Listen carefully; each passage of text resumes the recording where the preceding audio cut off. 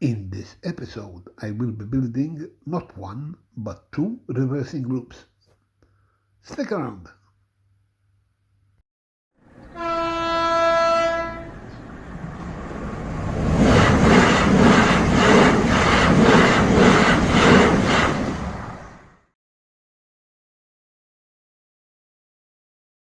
Hi, and welcome to a new episode. In this episode, I would like to install a reversing loop. Reason being, there is no way I can get my trains that are running on this lane in this direction to go to the other side in the opposite direction unless I physically pick them up and turn them. Now I made it a golden rule on my layout that the less I touch the wagons and the locomotives, the less damage I cause. So what I plan to do is put up this reversing loop, in fact two reversing loops, and so I can go from here, do like a U-turn, and come facing in that direction on this line here.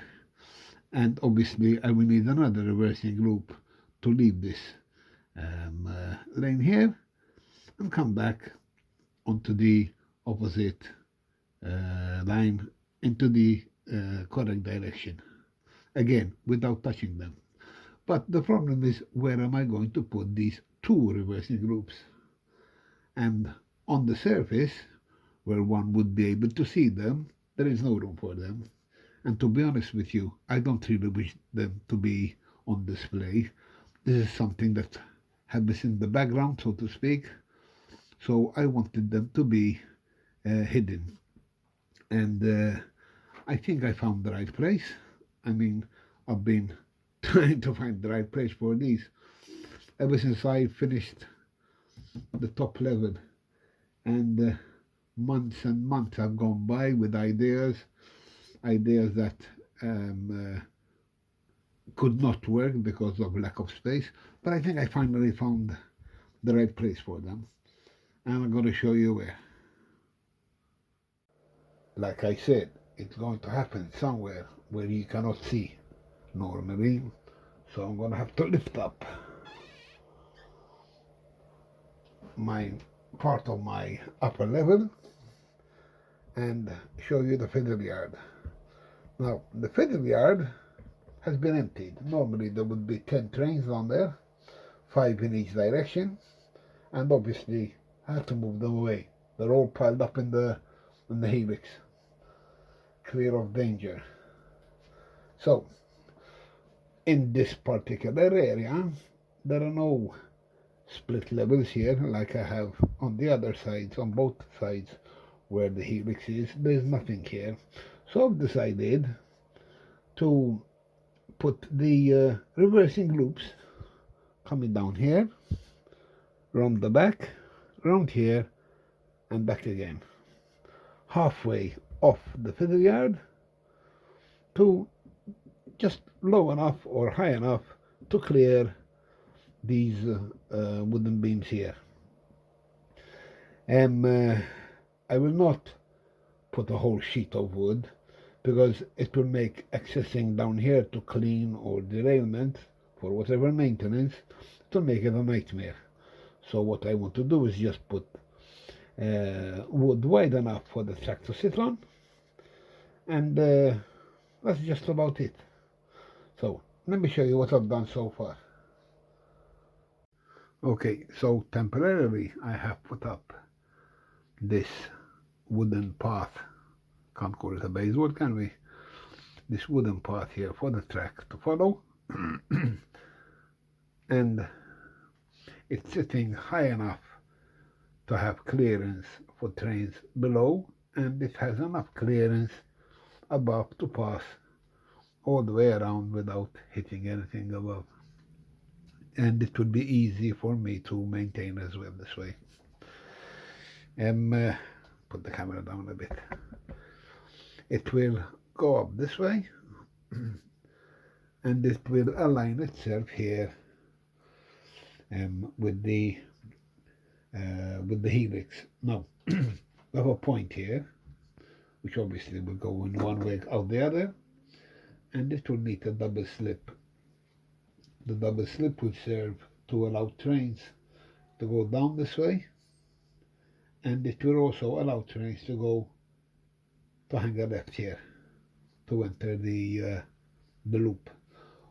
On its way out, it will cross to the other track going up through the double slip.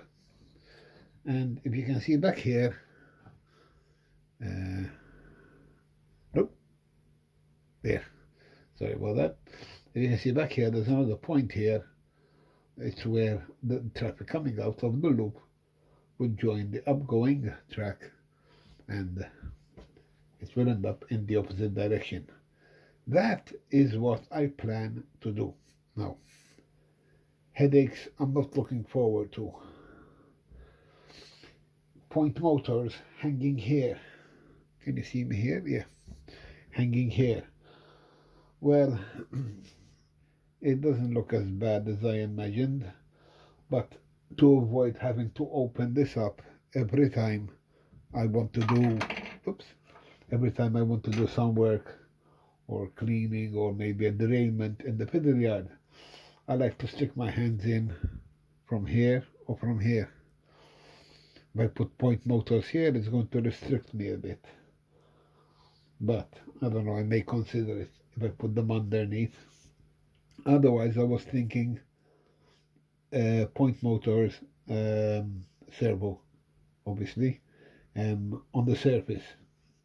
This I can deal with, and that I don't know how I'm going to gain access to these two. I don't know, maybe I'm overthinking this, but anyway. So, moving on. This is something I have to sleep on and think about. So, the next task is going to be, I cannot join this part yet because I want to pull out that piece in there. Hang on a minute, you can't see anything what I'm saying. Anyway, at the moment this is all glued together up to about here. And I can take that out again. I want to attach the track and wire it up ready, so when I put it in there and that's it, it's final, I don't need to take it out again, because I'd rather put the track on, wire it outside here on the workbench than in there, leaning in there, trying to solder and wire, So get that over and done with. Put it in there, glue everything in place, and that's it, it's done. And then I'll be able to work in closer areas. Like there's a joint here. This I want to fix, obviously, and there's another joint somewhere here, out there.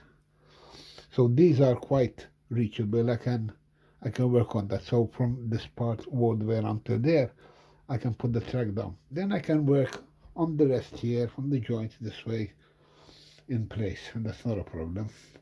Anyway, when I have some progress, I'll show you. Until then. So, time for an update. I put the track on, it's all wired, but just the loop is wired, and obviously the wood is in place. Now, everything is kind of temporary. I will not be gluing anything in this case, because if I decide I want to, I don't know, change or even maintain, I mean, I can't imagine how I'm going to reach in here, there, So it can just simply come off, just with a couple of screws. Even the track is already screwed to the, let me call it the baseboard. Okay, so let me lower the camera a bit. I'll give you a better view. There.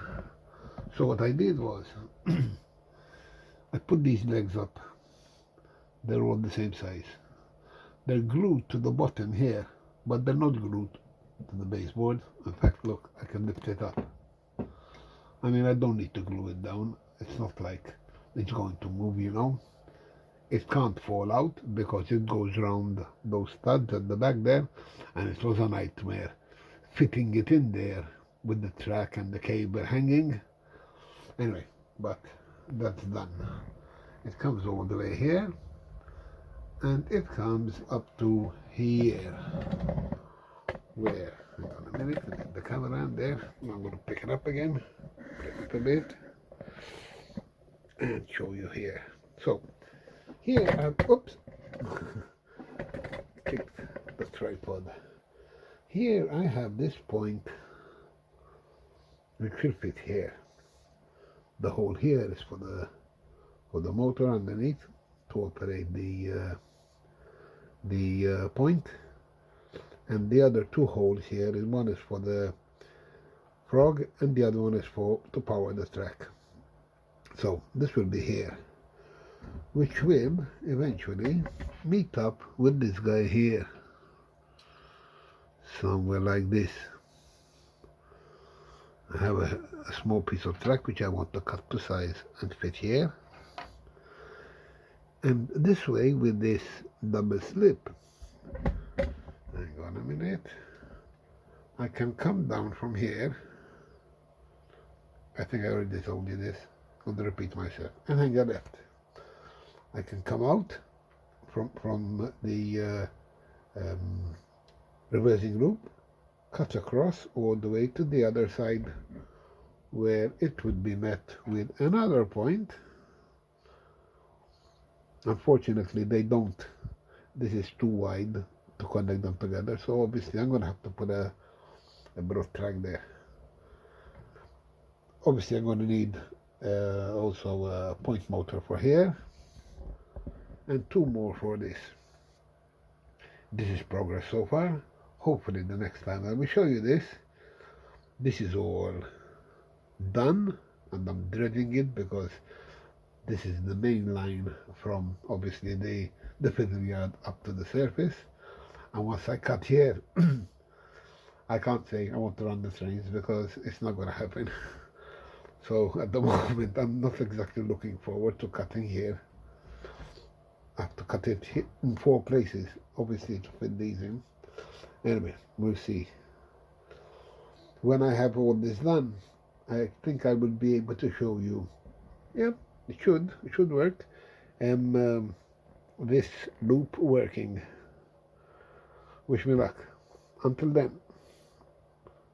Okay, we're ready for a test.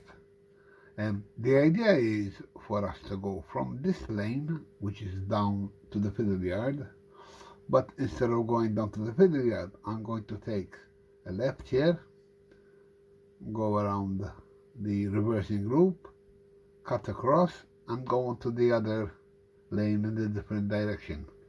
This is it. As you can see, I have prepared the track here, and for the next one I have to build on the other side. So what I do is just pick up the train, which is there, drag it over to this side, and I say route, and it's off.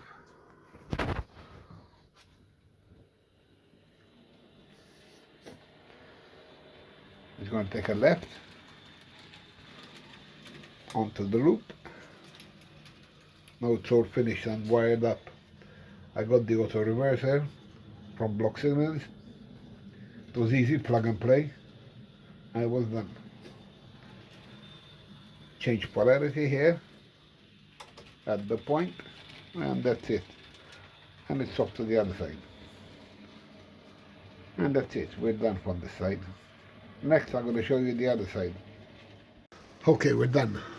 Both sides ready, but I'm going to show you this side. I have a train coming down the helix here. It's going to take a right into the reversing loop and then go back up in the opposite direction onto the other lane. Here it comes.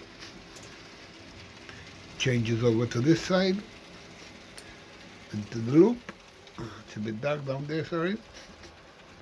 Elevated from the fiddle yard and just underneath the main station. Coming back out again. And off it goes. Relays clicking.